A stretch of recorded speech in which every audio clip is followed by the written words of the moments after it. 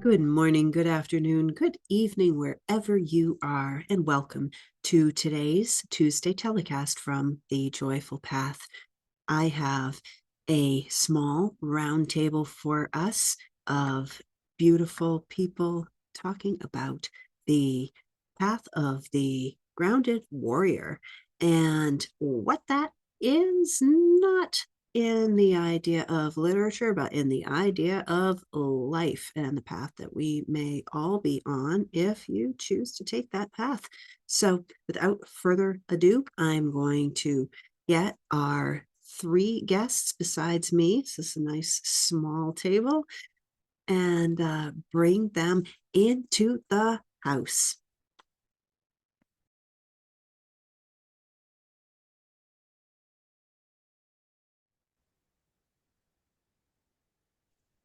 Hello, everyone. Good morning, good afternoon, good evening, wherever you are, and welcome to another edition of The Joyful Path and the Tuesday Telecast. We are having a very small round table today, and I am so glad to welcome everyone to the table. This time, our table is one in which we are broaching the subject of a grounded warrior. And what does that mean to us? And what is a grounded warrior? So, I have my guests that are here at the table, Simona, Rahmanova, and Joy Brooks, and Dr. Maria Ian. So I'm going to just turn that over to you to introduce yourselves. Tell everybody about yourself. Why are you here? What do you do? What makes you somebody who maybe is a grounded warrior? And just couple of sentences, and then we'll go and have a nice discussion about this. Let's start with Simona. Hi, thanks for having me. So good to be here. I am a writer and I'm a creative, super creative person, I call myself, because yeah, I love to create. And I I love being here. I love this topic because it really reflects my journey lately a lot. And to me, when I thought about it, I really felt into what it actually means to be a grounded warrior.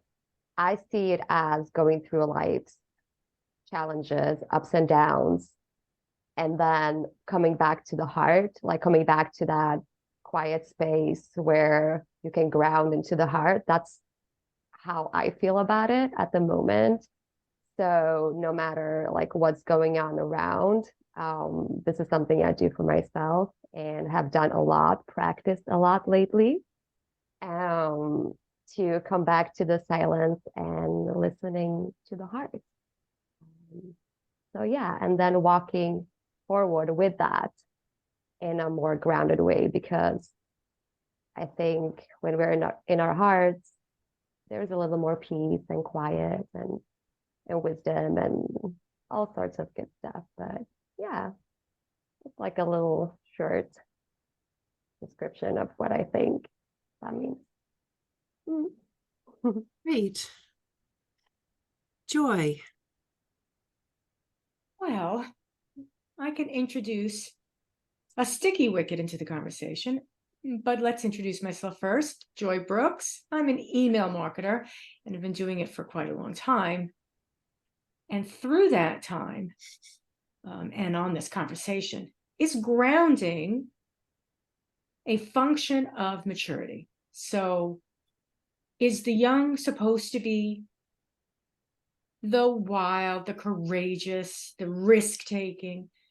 Is middle age supposed to be the collection of all of those experiences so that when you reach a point in your life, you become grounded? You've got it.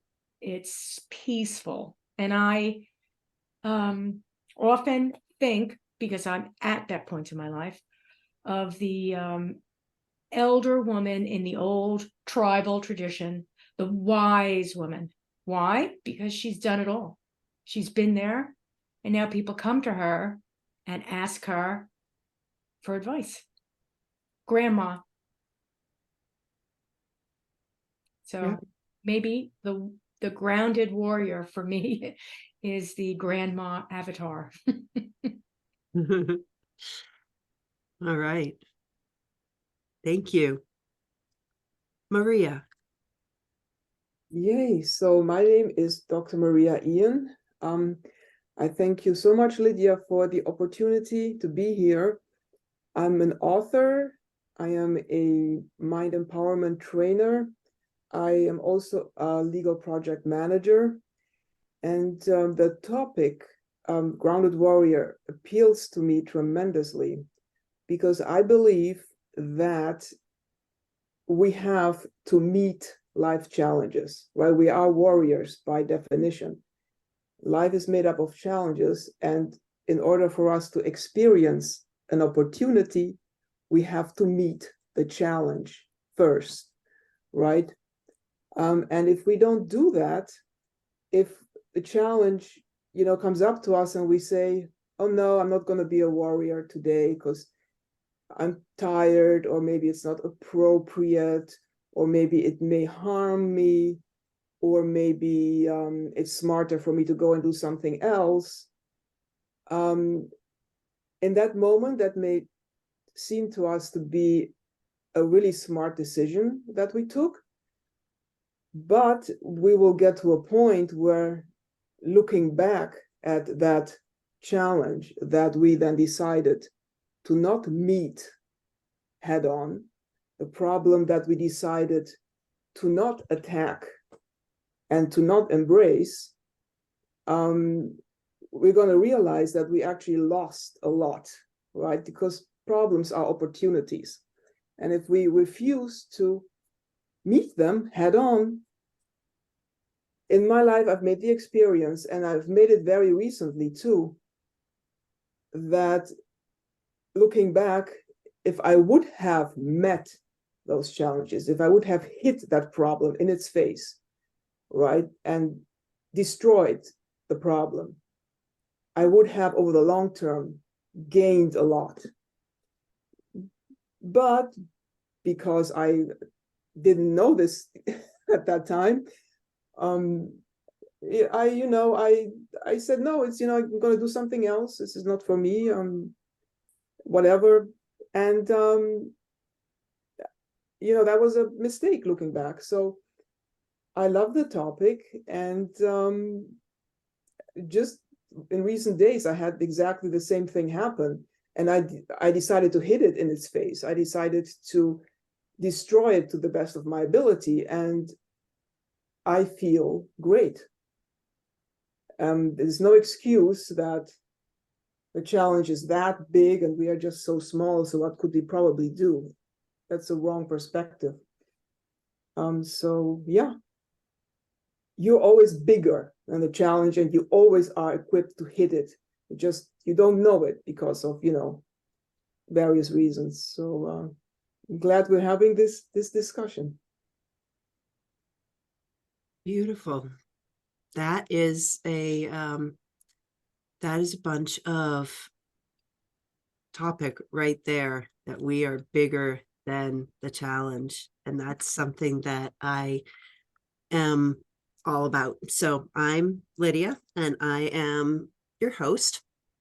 I am the host of The Joyful Path and the Tuesday Telecast, and I'm a healer and a lifelong performer, which my audience knows. So when we're a performer, we become as big as we need to. but we forget that sometimes, and we feel very small, and we just pretend. The best performers aren't pretending. We gather all the energy that we need to, and we realize the oneness that we have with all of that energy around us. And that's the space that I come to as a healer, because I've healed a lot of stuff in myself. So looking at that that idea of where do we get that energy, where do we tap into that energy as we find ourselves, as we're on our journey, where do we find the place to tap into that, make ourselves bigger, and also where do we tap into that energy and realize that it's always there, and how does it transmute as time goes on. So let's dive into this and look at first, where's the first iterance of this idea of the warrior, when you tap into that energy of a warrior, when you've come into the space where you ground yourself and hone in on that earth energy, or that energy of oneness. For me, there's an energy of the earth and the and everyone around, the tree roots, the air, the sea, everything that I just realize that I'm a part of, that this is one organism, one being, and one energy, and I can tap into that. When you tap into something, what do you tap into, and when do you first remember tapping into that? I'm gonna put that question out to the floor, and whoever would like to hop in, go ahead. The floor is yours. All right, everybody's going, who's going to go first? So I'll just make it easier. I'll go first. So I grew up as a hippie, so therefore it was all part of the culture of being connected, right? That really was the movement. Honestly, I had many LSD trips in those days, and I saw it, felt it, breathed it. It was a reality, and it still is a reality. I don't understand it. You know, you can call it God, you can call it spirit. I don't know what you're going to call it. I really don't know. But I recognized it young, had no idea what to do with it. And it was quite a long time for me to grow into being the grounded warrior. Because at first you might attempt to control it, or you might attempt to manipulate it, or you might attempt to do all these different things because you think you know what you don't know. Just because you're aware there's a connection doesn't necessarily mean you know what to do with it. So you don't know boundaries, you don't know what it is, where it is, how it is. You know, you make a lot of mistakes. I think I settled into it in my 50s. And I got a lot of aha moments, feeling a lot of comfort and going, oh, I get it. I made a lot of mistakes. Okay, that's okay. Because if I hadn't made those mistakes, I wouldn't know what it is now. And I'm beginning to know what it is now. And I think I know quite clearly what it is now for me. And I also know that's not the case for everyone else. And there are many grounded people, young, old, and then there are lots of people that will never be grounded. Mm-hmm. So that's the end of my little addition to the conversation. You bring up an idea of modern culture as well that I'll just drop in here. It's the matter of social media and news that we all grasp to be connected, and we all feel like we are connected, and because we want to be involved with the economy and with the war, with the wars, and with current events. And we think we know. And the moment we think we know and we're involved, we're actually not informed. We just are aware. And there's a fine difference. So just wanted to pop that. Yeah, social. I just recently had my own discussion with a group about social media, and it's not going away. It can be considered disturbing, but it's yet another. It's a technology, it's like a car, and it will evolve.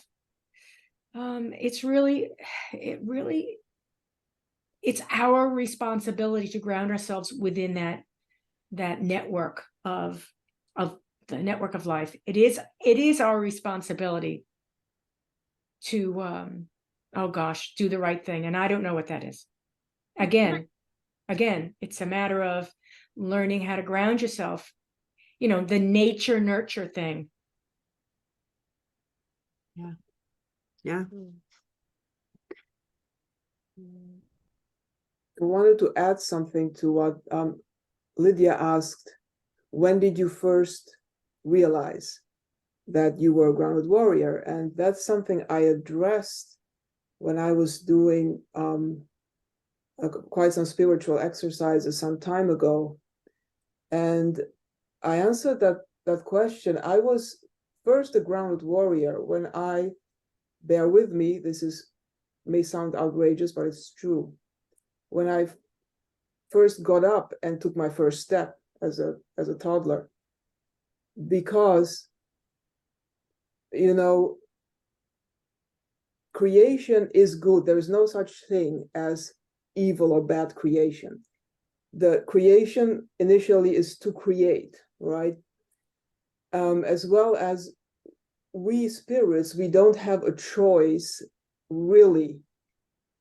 We do have a choice not to be born, but that's too abstract, right? But once we are entering into the path of coming here, we are creating ourselves. An infant does not have a choice not to walk, right? An infant does not say, I'm talking about healthy infants, right? We maybe some infants because of health conditions, but that's not what I mean. But when an infant gets up to take its first step, it cannot not do that. It does not think, oh no, I'm too tired today, I'm going to walk tomorrow. Or, oh no, maybe this is too dangerous for me, or I'm going to meet things out there that I can't handle, so I'm not going to walk. I'm just going to sit here by myself and wait for everything to go away. An infant does not think like that. We are propelled by our creation, our energy to get up and to walk, right? And here's the thing. I have my hips are structured. I mean, every person is structured differently, but my hips are structured in a way that I can do many physical exercises, but there are some I can't do just because the way my hips are, or I can do them with greater difficulty. And when I first got up and took my first step, I had a tremendous amount of pain, in my, like, burning. But I'm telling you that today from the perspective of a person that has been obviously programmed like everybody else, right? To think that pain is something that's, oh, it's pain, it's a discomfort, I should be avoiding that. But an infant who has none of those concepts in its mind doesn't think of pain as something, I have to stop doing what I'm doing because now I'm feeling pain. An infant, that pain that I felt to me was an indication that now you gotta go, because now's the opportunity, right? Now you got to meet the challenge. You have to. You cannot, no doesn't exist, or pain is bad doesn't exist, or stop it because you're in discomfort doesn't exist, right? All of those are concepts we learn, we are taught later on in life to our great detriment, right? So meeting the challenge, right? Being bigger than the challenge, taking the challenge as an opportunity, taking pain, what today we call pain, as an opportunity, is what makes us into humans, right? So again, right? Well, I really appreciate the topic, grounded warrior, is because you're here, you are going to take that step, no matter what. There is no, I'm not going to, right? Mhm. Yeah. Babies are perfect. Mhm. Babies are born perfectly. I agree. I'm actually writing an article on that right now. Yeah. Simona. Yeah, I love what you both said. I honestly, I don't think maybe I was born grounded, but sometimes I don't think so. So my kind of stepping into a grounded warrior, which I'm honestly still doing in seasons, like, to be transparent, I am not there completely yet to be there all the time. I still struggle at times with it. I find my way back, especially when I surrender. But sometimes I do wish that I would do it a little bit earlier. But my whole beginning to step it into this has basically come from chaos. A lot of chaos within, like, almost, maybe not when I was a little girl. I don't know. I was always out and about, very, very wild child, but especially from the teenage years and then the years that continued. A lot of chaos, a lot of not understanding my own energy, emotions, like nothing like that. Seeing a lot of it around me as well. So it was a search, almost a desperate search, I think, I mean, if I look back, I would probably see myself as a warrior. Like, I was being a warrior, but I was not grounded, like, even a tiny bit. I was just a warrior, I was going, going, going, going. And it was pain and challenges, and it was anger. There was a lot of fun and joy too. It hasn't been all bad. I'm not gonna say that.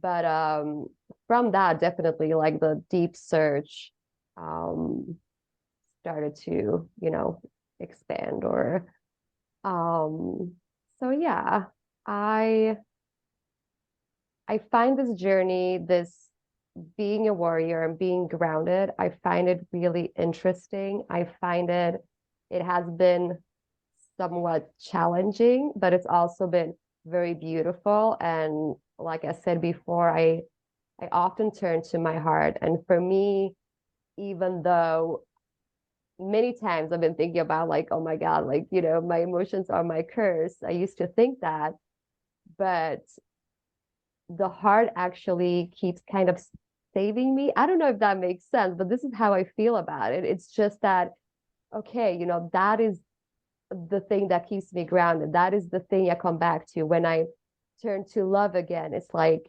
okay, I can breathe. It's safe here. It's good here. And then I just honestly take it just one moment at a time. So I'm kind of figuring it all out still. And I agree with the nature part. It's been a big blessing, especially the past few years. The ocean is my my love. That is, yeah, I get very grounded there. Yeah, a little bit how I see it.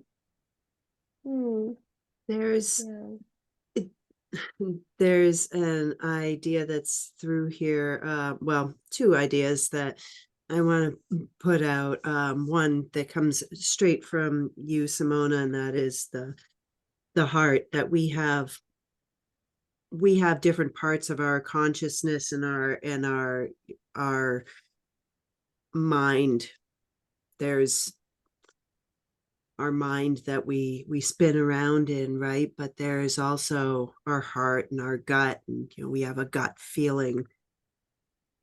And that gut feeling is not just a term, it's real. And that's we ignore those. And yet those are the parts of us that are other creatures don't ignore those, because it's part of our entire mind, our entire nervous system, our entire what we are connected to. So when you feel that and you feel more grounded, there's a reason for that. But we, like Dr. Maria was saying, we forget, because we get trained as we get older. So when we get in perhaps nature, when we get in, as Joy says, perhaps wisdom, perhaps time, we start to get grounded and we start to say, oh, there's that intuition again. There's my gut. There is my heart. There is me. There is my grounding. But at first, here's the first thing that I want to bring up is we're warriors, and then is there a point at which we're conscripted to service? Ouch, Interesting. that's a great one. Question. So I really, I want to say that the term warrior does not mean aggression. No. But when we're young, we do think that. Yeah. So we're aggressive, we're ambitious, we exhibit, like, we can either be physical or verbal in obtaining what we want or what we think we want. And that that journey can be it's just a wild ride. I mean, and that's when you begin to find yourself and listen to yourself, because you may be listening to other people. Oh, this is what you should be doing. Oh, if I were you, I would do this. Oh, where do you want to be in 5 years? And you have to and you're thinking along all these lines, which may or may not be who you are, because you're not sure. You haven't discovered those limits yet, those boundaries. And oh my goodness, we never asked their opinion in the first place. Yeah. So I have to tell you that my entire life has been plagued with my own intuition, where, oh no, I'm getting a really bad feeling here. This is not good. What is it? I don't know. It's bad. It's bad, bad, bad. And it's happened my entire life. My entire life I've had that. And to this day I haven't. And sometimes it's a challenge, as Dr. Maria would say, and sometimes it's merely a challenge where, okay, my body's basically saying, oh, this is something where you may have to rise to the occasion, or, is this something you want to do? Is, as my mother would say, pick your battles. Is this something I want to do? And in a recent case, no, it wasn't. It wasn't. I felt strongly, to this day, I feel very strongly, but it's not a battle that I'm going to win, that I can even have a decent exchange with. So I'm letting it go. Maybe time will fix it. I can't fix it. It's not in my control. And as Simona said, chaos, we can't. I'm of the opinion that life is chaos. And almost, there's no free will. Stuff is happening all the time, and we're making decisions, but we're making those decisions based upon the chaos around us. So we may say, I'm going to be a doctor when I grow up, and you end up something else. And you're whatever years old, you're going, you know, I should have been a doctor. I really would have enjoyed that. Maybe you go back. So, you know, life is fascinating. It's a little miracle. Big miracle. Little miracle. Yes. Every day. Balance is a point within chaos. Right. And we have our one control point is our reactions to that chaos. So perhaps our reactions are the balance. Perhaps our grounding is the balance. It's just a perception, just a thought that I'm having. Anyway, let's continue with this idea of how are we conscripted? Are we aggressive or not aggressive? What's your take? Well, I love when you said that. At what point are we conscripted, or how are we conscripted? I really, you spoke to my heart and through my heart, because that's a topic of a couple of my books, the novels. And bottom line is that, yes, by virtue of being human, we are going to be conscripted. You know, it's not realistic for us to assume we are never going to be conscripted. We would be, I think, maybe we would be a little bit less human. But I think the question is how are we conscripted, right?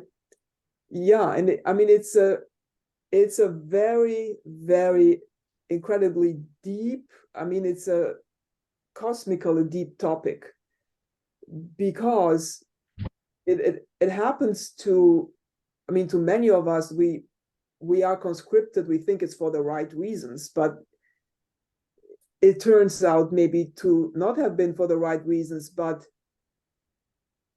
what role do our perceptions play into this? Because when we were conscripted, we accepted that and stepped into that out of the best of our intentions.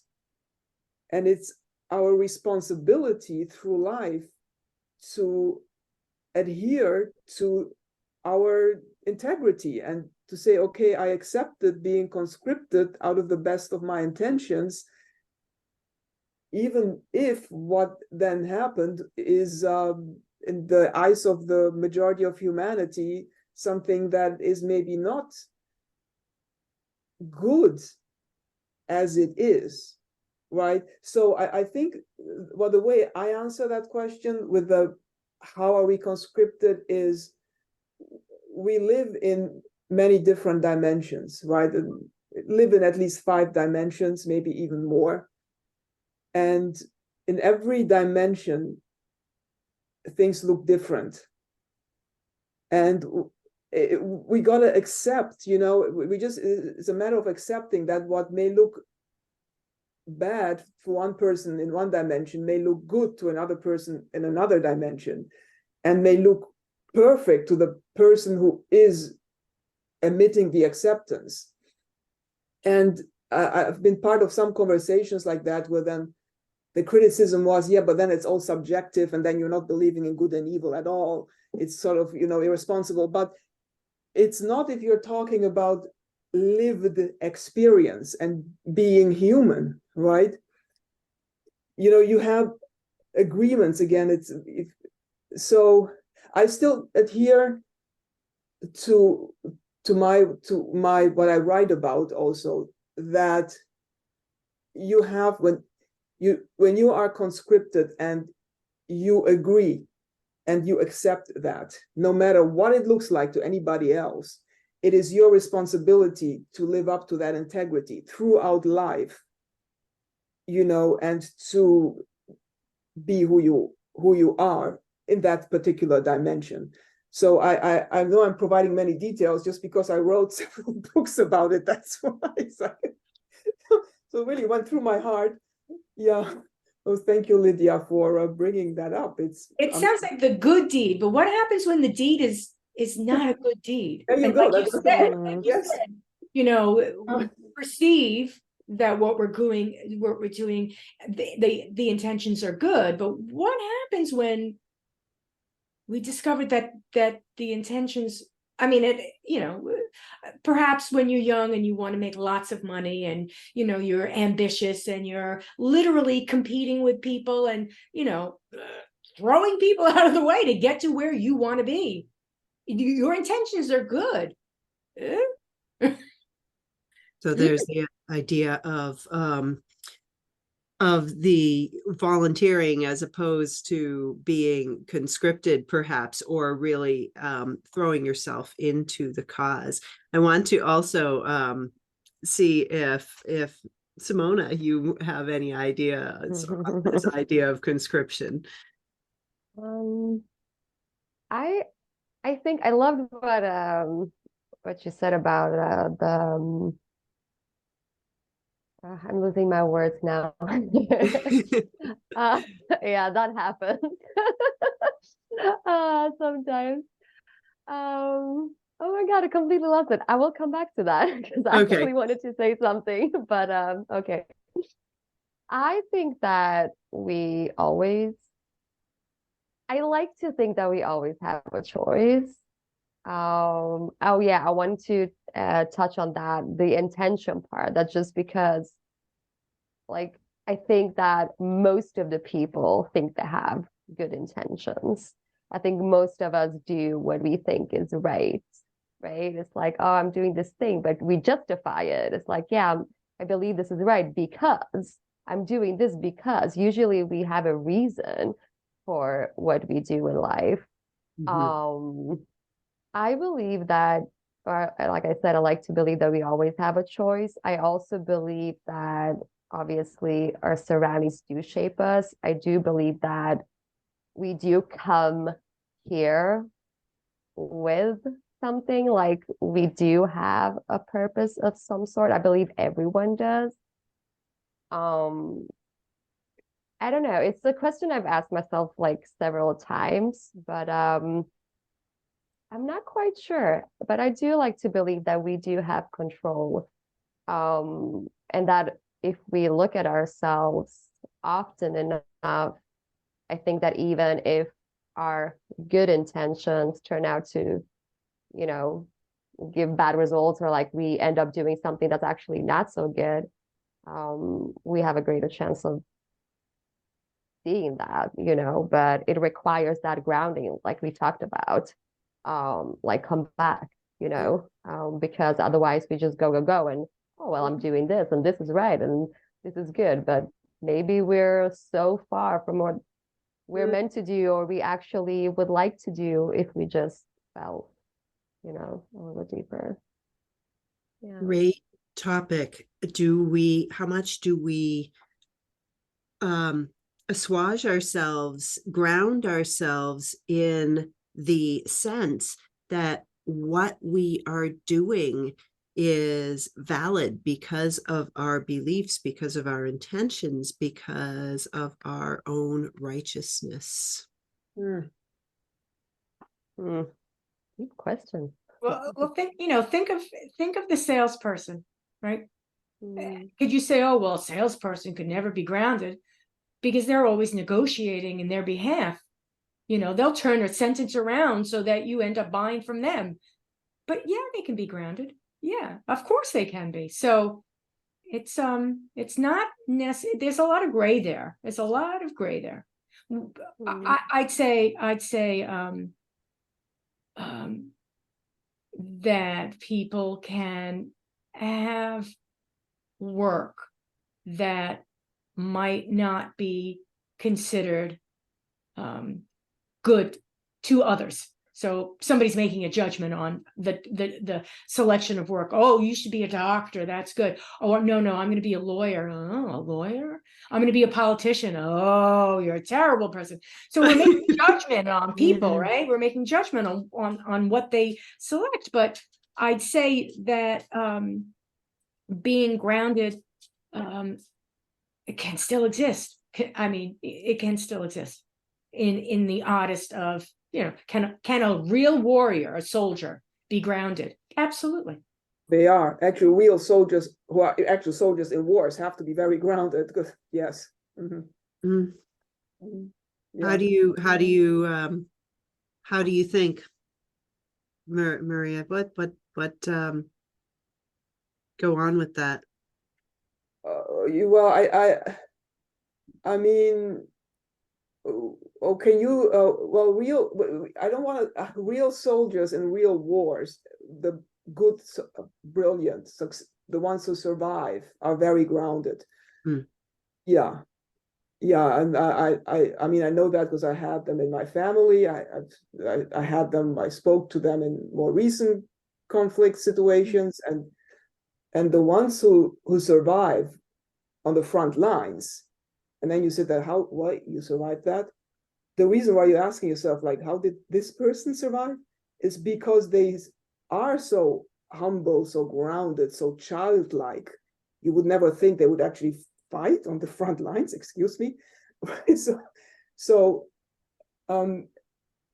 there is a concept called the Tao in Eastern philosophy, which goes back to the infant, right, and the purity of the energy. And the truth is that is indestructible. It is indestructible. It doesn't matter what you throw at it. It doesn't matter what the person, him or herself, thinks. The person, him or herself, may think, oh my God, I've been destroyed. This is it. I'm broken. I'll never get up again. But the indestructible Tao exists regardless, right? It's just that the person in that moment refuses to acknowledge that. So that's the task of us humans, is to maintain the Tao constant throughout our existence. And it's very telling about our human nature that the most grounded people that I've known, that I've studied, and that I've met are those who either have been unjustly imprisoned, who may have even been tortured in prison, or who were soldiers on the front lines. It's very telling about our human nature. It's like we really have that special something about ourselves where we have to meet that challenge in order to be superiorly grounded. It's very fascinating. It would just be desirable for us to be able to have that very superior groundedness without having to be unjustly imprisoned, be tortured in jail, and be on the front lines, But there is something very just special about human nature. We have to experience that to then really know what is real. And I think it's amazing. Yeah, it's out of this world. Yeah. Mm-hmm. I found that so interesting what you just said, Maria, about the soldiers, because right when you said that, I just thought of like how you said the ones that actually survive, how they are really grounded. I was thinking about this, that probably, when you ground, it's like you become more clear, almost like you're more alert to your surroundings. In a good way. Yes. In a good way. Yeah, exactly. Yes. Like you're clear, like you hear better. I mean, this sounds like something supernatural, but you get my point. It's like you hear better, see better, you sense better, you trust yourself, like you're more, yeah. Yeah. Yeah. I found that interesting. It is fascinating. I just want to, if people don't mind, I just want to say a brief personal anecdote that's very, very telling. As my father was a labor camp survivor, so labor camps were equivalent to concentration camps, but for other kinds of people, right? People with other undesirable characteristics. And the reason why he survived is, again, because he had that superior awareness at the right moment and at the right time. And I got myself into a situation when I was in high school when there was this big, massive bully who was assaulting me, who kicked me off a bicycle once, who like attacked me head on when I was going to school. And, that's a moment when I failed, when I said, I cannot, this person is stronger. It's a male, he's older, he's pretty big, he was, boom. And, I cannot, this is gonna finish me off, right? And I tried to talk to my father about that. And I said, hey, you know what he's been trying to do to me? And my father laughed. He laughed like, what, that jerk? And it took me decades to understand that my father was right, that jerk could do nothing to me, that the reason I felt, destroyed is because I let myself feel that. It may sound completely from out of this world where you say a kid, a female kid, can confront a big male bully, but you can. The reason why you think you cannot is because you give up in that moment, and that attracts him then to you, to destroy you. I mean, it took me decades to understand that. So I'm wondering, what if at that point in my life I would have been like my dad, and I would have laughed at that person, or laughed at the idea that he can do anything to me? How much would I have gained? Right? I would have gained so much. And instead I went the route of, oh, no, no, I cannot. This is too much. Right?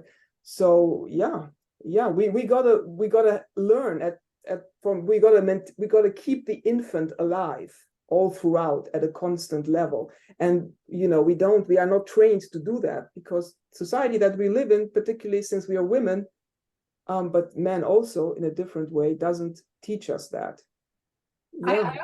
I think there's a difference between being vulnerable and thinking of ourselves as being a victim. Yes, yeah, absolutely. We can be vulnerable, but we will not allow ourselves to become victims. So somebody can bully me, and I'm vulnerable. I'm a woman, you're a big man, you could bully me, but that doesn't mean that I'm going to go home at night and say, oh, woe is me, I'm just this poor little thing, I'm never going to accomplish anything. I'm just going to turn around and say, you're such a jerk. And do I need to say it to his face? I don't. But I can say he's just a jerk. Yeah, exactly. There you go. Yeah. And by the way, I have in many cases. I'm sure we learn from these things. That's the thing. These are lessons too, and there is what would have happened if I had just from the beginning known that this, not drawn this attention to myself, that this, not drawn this bully to myself, but that would have meant that you would have already learned that lesson at some other point. But there's a turning point, I think, in a lot of people, and it might depend on the personality, but at which we say no more. And it never again. It happens in battle. It happens in every walk of life, where we say this situation is unacceptable, or I want this more than anything else. This is my purpose, however you want to frame it. Being vulnerable without being reactive. I think without being reactive. Yes, exactly. And everything you see, everything you set your sights on, your vision changes and focuses like a laser. And this is how athletes go to get there.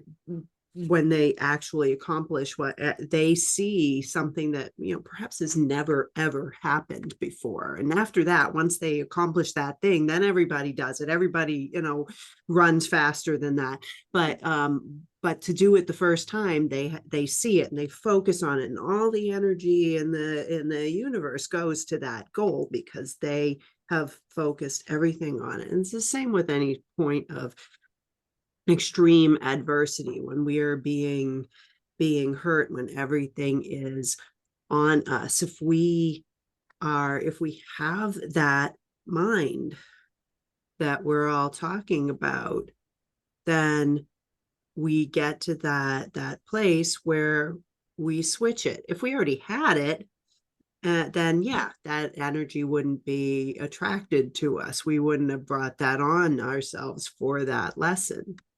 But if we have that lesson, or we happen to be caught in the, because there are consequences that we get caught in. Also, sometimes consequences are, we just happen to be wandering across, and there are consequences of whatever, call it a solar wind, call it whatever you want to call it, but there are consequences that come from other places, and we can react, or but we'll survive if we've already had that lesson, or we react as, no more, this is how I'm going to focus my energy. So I have a question. Can an activist, which is somebody who reacts, an activist, be grounded? So is there a difference in mentality between Gandhi and Karl Marx? They're both activists. One would not say that Gandhi, one would say that there was a point in life where Gandhi was very grounded. He achieved it. But did Karl Marx ever achieve it? Was he an activist was he an angry activist because he could not achieve it? Can an activist ever achieve grounding? Well, about that question with Karl Marx, that's a very good question. As a thinker, he is still very much misunderstood, because he was actually much better as a thinker than people generally assume. So yeah, because he did have a aspect of his thought with it, which is hardly anybody really knows or thinks about it, is that, okay, capitalism eventually destroys itself, right? It runs out eventually, and it's very well portrayed and very well argued, and it's very real in today's world. But for some reason, that when people say Karl Marx, they think about class struggle. They don't think about that part of his thinking that was very grounded and very deep. So in terms of class struggle, I would absolutely agree with you that has some aspect missing to it, but maybe that's not Karl Marx, because that part of his, but because we live in a capitalist world, and capitalists don't like to teach in their universities that they're going to self-destruct at some point, right? Well, it may be, what I'm getting at is that an activist who cannot provide a solution will never become grounded. Like Gandhi could, Jesus could, Buddha could. They all found solutions, and within that network, they were able to ground themselves. But what Karl Marx was reacting to this day, there is no solution. It is the human condition. What is the perfect economic? Where is perfect economy? Right. I see the difference is there is that rather than activists, a group of those people are visionaries. So they have a vision. They're like, this is what we're looking for. And so, there's that laser again, and the focus. And then the other is like, this doesn't work. And there's a focus, but it's like, this doesn't work. Here's why we need to stop this. When you have something that's like, we need to stop this, or this is not going to, but there isn't, as you're saying, a solution, then you don't have the visionary. Yeah. That's another excellent point, Lydia. Because I had this struggle again when I keep on talking about my books just because I've written them for life. So that's why I talk a lot about what I've done all my life. but I got to a point, this was years ago, when I said, okay, the solution here is to just have this, Hamlet, whatnot, where some people are just going to get killed. It's justice, it's human nature, it's divine law. They're just going to get killed. And it's fine. In the book, you can just write that nice ending, hero survived, everybody else is dead, right? And that's when I stopped myself, and I had this little voice tell me, if you want to write something really brilliant, you're going to make them all survive at very high levels. And that's very hard, because again, that's what you would call the solution in that context, right?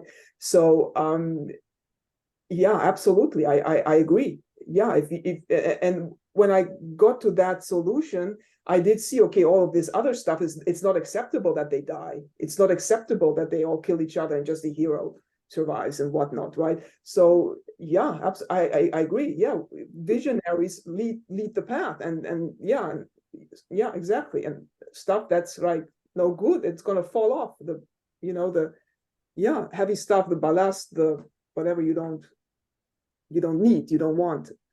Yeah. Also, But that's the oh, I'm sorry. Go ahead. No, go ahead.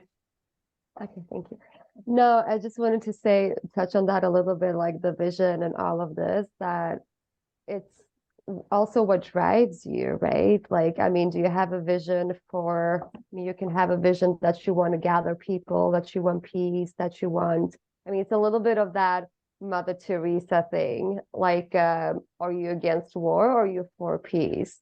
Like what is in your mind, what is in your heart, what do you actually see, what drives you? I think that plays a big role in how people do things. If you are, so to speak, a grounded activist, if you can accomplish great things, but in a different way, in a maybe, I don't know, not always a peaceful way, but you get my point. It's like, where's the heart? What drives you? Yeah, I think that matters a lot. The pull rather than the push. Yeah. I was going to say that the vision is somewhat esoteric. So if in a room you had Karl Marx and Buddha would probably laugh at Karl Marx. Probably. Right? He would be like, what are you talking about? Mm-hmm. Because Buddha had reached a level of he was living, his words, assuming, we're assuming that the character existed and exactly as we suppose the character to existed. Buddha was living in a completely different level, almost where there is no economy, there is no need for any of these things, almost in a perfect society where, if everyone thinks at this level, there is no need because we're all at this. Yes. So it's esoteric, and to some extent, the grounded warrior reaches that level. Mm-hmm. Even Karl Marx could have reached that level. Had maybe he did. And, we don't know, we can't talk with him.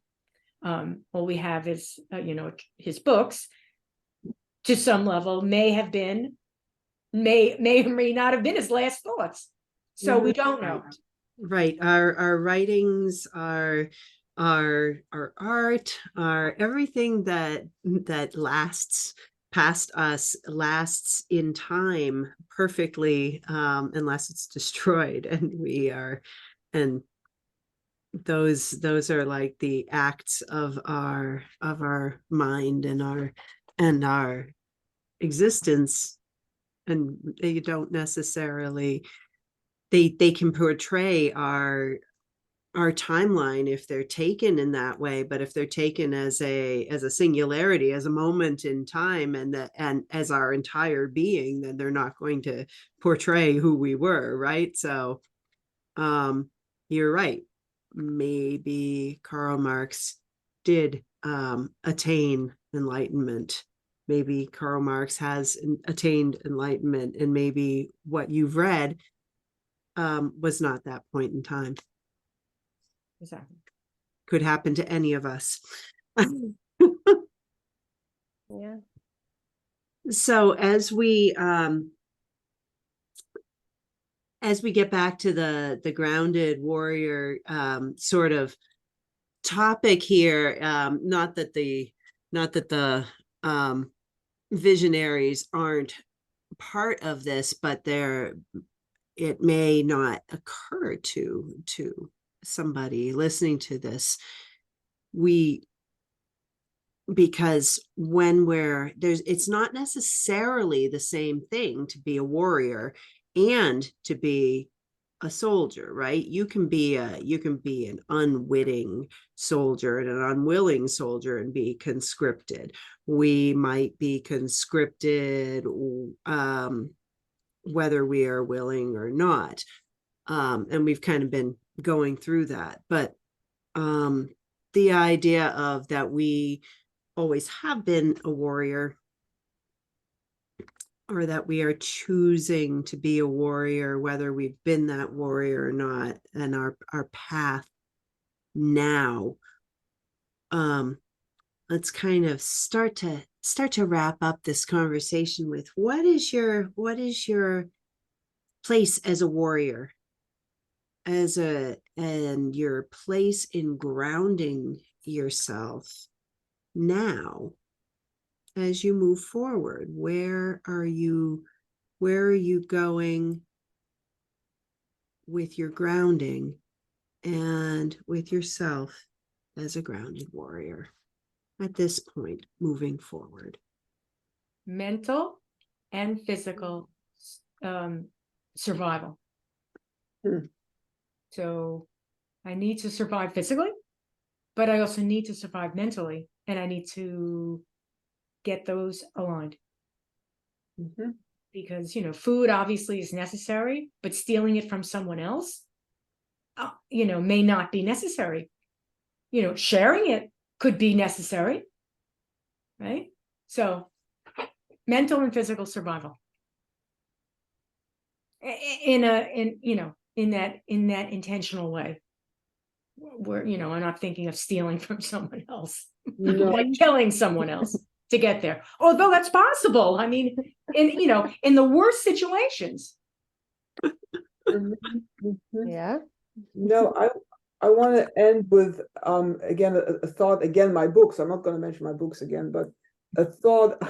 Now I'm curious sure. about your books. I feel like I need to read one now. So No, Maria, we'll have to chat afterwards. Yes, I'll show you where they are. It's on Amazon. But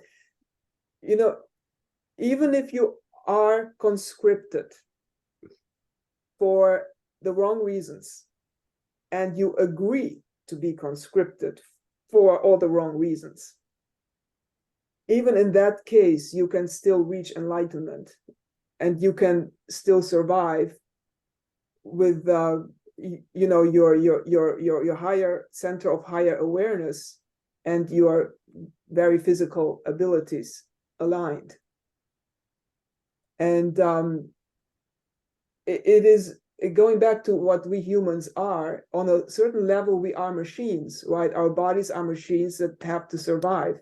So if you take a human, you kick them into the wilderness with no food, no nothing, no civilization, absolutely nothing, that human machine is going to do everything it can do in order to survive, right?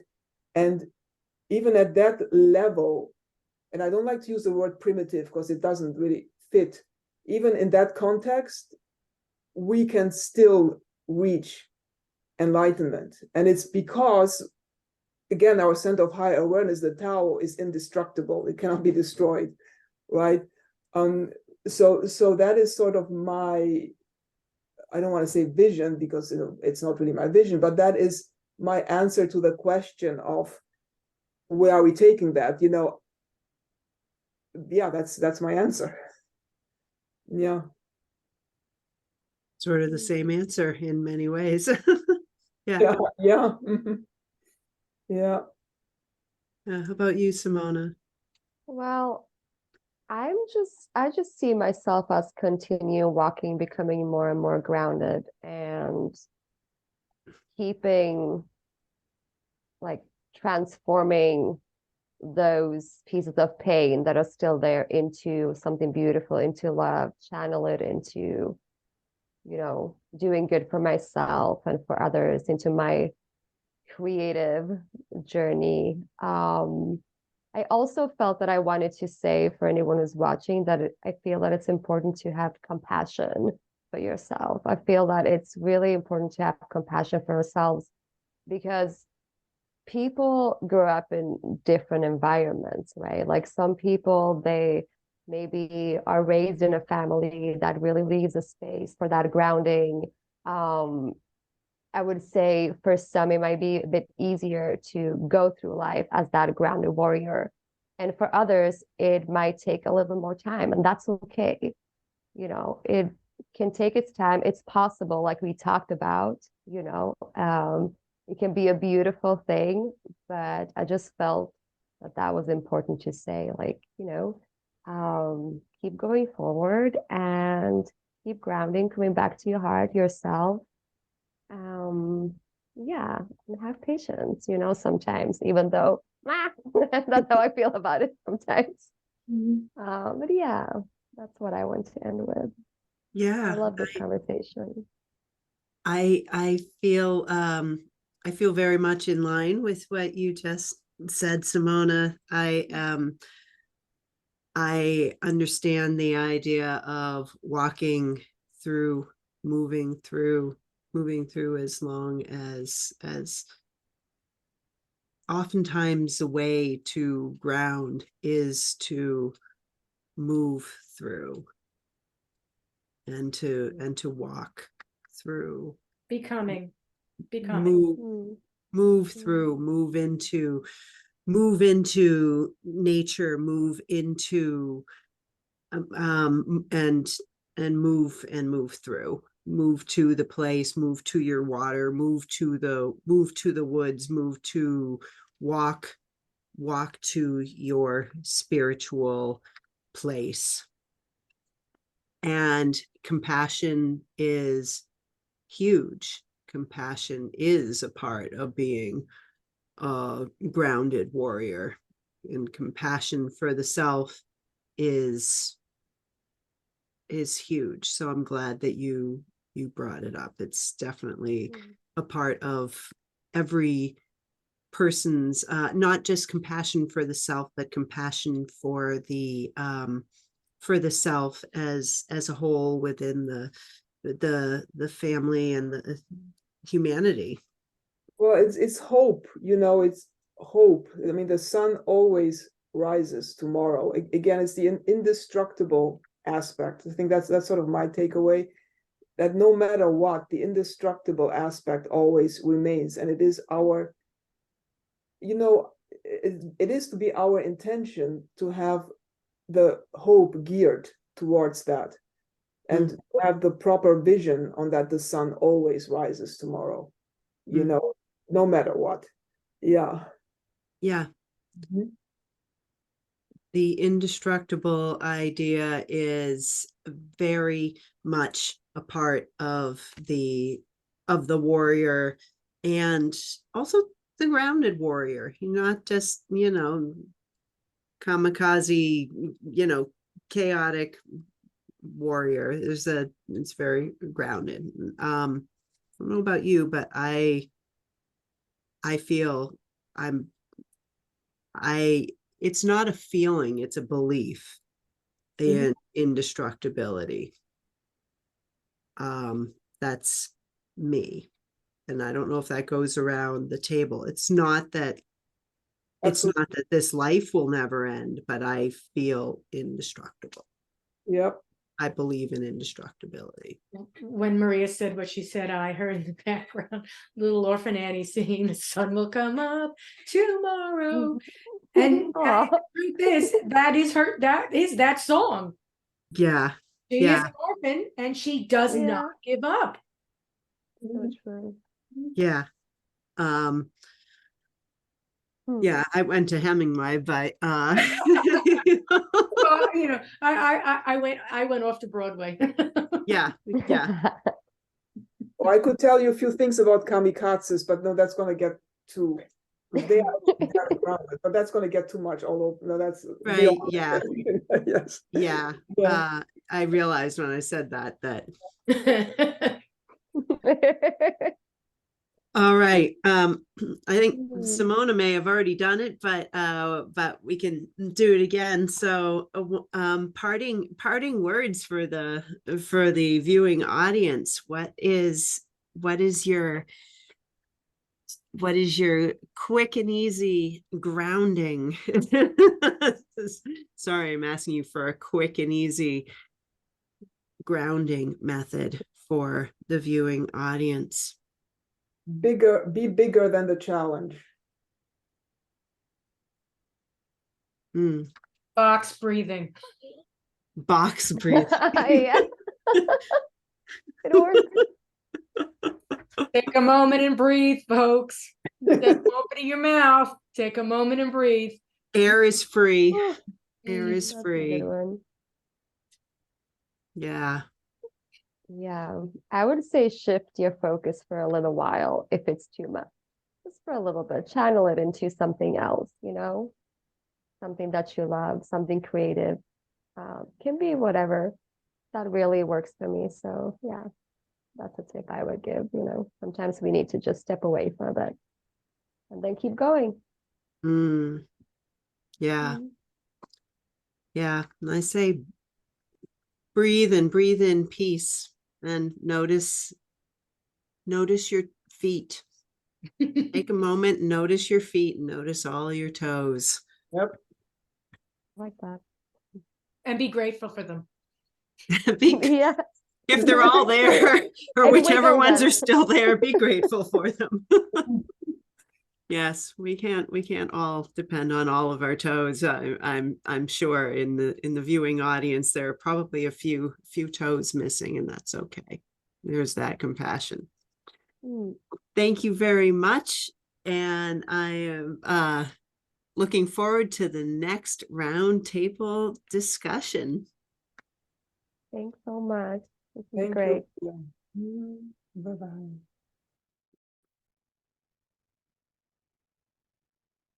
Thank you for sticking in for that amazing discussion. If you are interested in other discussions, make sure that you stick around for next week. Every week we are having a roundtable discussion. And for now, if you are interested in any of the participants in this discussion, Joy Brooks and Dr. Maria Ian and Simona Rahmanova are in the show notes down below, so you can get their information there, including Maria's book information as well. If you liked this episode, please hit like, and if you are a fan and you haven't done it already, please, oh please, just gently push the subscribe button. Really appreciate you being here on the joyful path for a joining of our roundtables.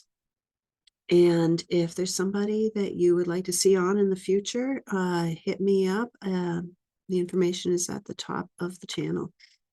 Appreciate you being here, and we'll see you next week. Ciao.